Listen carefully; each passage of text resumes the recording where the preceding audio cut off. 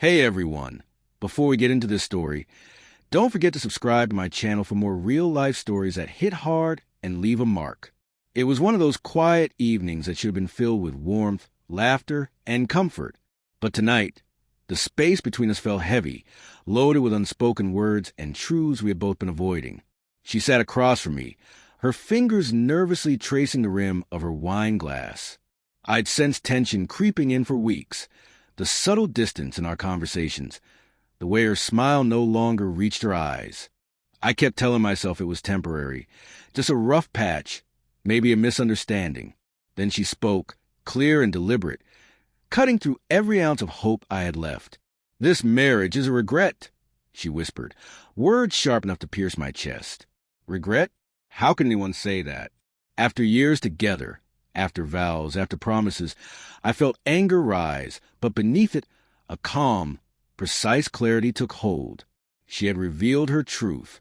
No pretending. No negotiation. No hiding. I didn't yell. I didn't plead.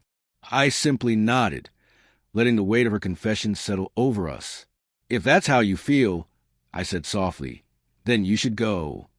She blinked, stunned. I hadn't argued. I hadn't tried to convince her. I hadn't reacted the way she expected.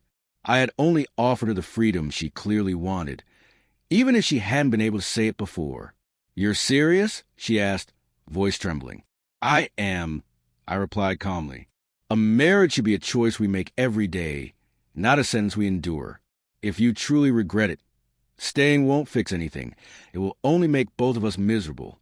For the first time in months, I saw uncertainty in her eyes. The practiced indifference, the mask she wore, all gone. Vulnerability, raw and human, shown through someone who had been hiding behind offenses for far too long. That night, she left quietly, taking only what she needed. I didn't follow. I didn't plead. I didn't watch. I let the door close behind her. Final. And in that silence, I felt something I hadn't felt in years. Relief. Not just for me, but for her too. Sometimes the harshest freedom is the kindest gift you can give. Days turned into weeks. Life went on, strange and unfamiliar. I focused on work, on healing myself. Yet a quiet curiosity lingered. What would she do now? How would she face the choices she had made? Then, unexpectedly, a message arrived, not from her, but someone in her circle. "You should know she's struggling. Things aren't what she thought they would be." I didn't reply. I just watched. And that's when the story began to unfold in ways neither of us could have predicted. Within a week, news reached me. Her life, suddenly unanchored, was unraveling. Projects she had promised to manage were failing. Connections she assumed would hold strong were slipping away. People who once supported her started noticing cracks. The absence of the stability she once relied on me to provide. It felt almost cinematic. Every setback, every failure wasn't punishment or revenge. It was consequence, a reflection of choices made. She had dismissed the foundation we had built together, and now she had to face the reality of standing alone in a world that demanded competence, care, and foresight. Weeks turned into months. I heard occasional updates through mutual friends, small glimpses of the challenges she faced. And then I realized something profound.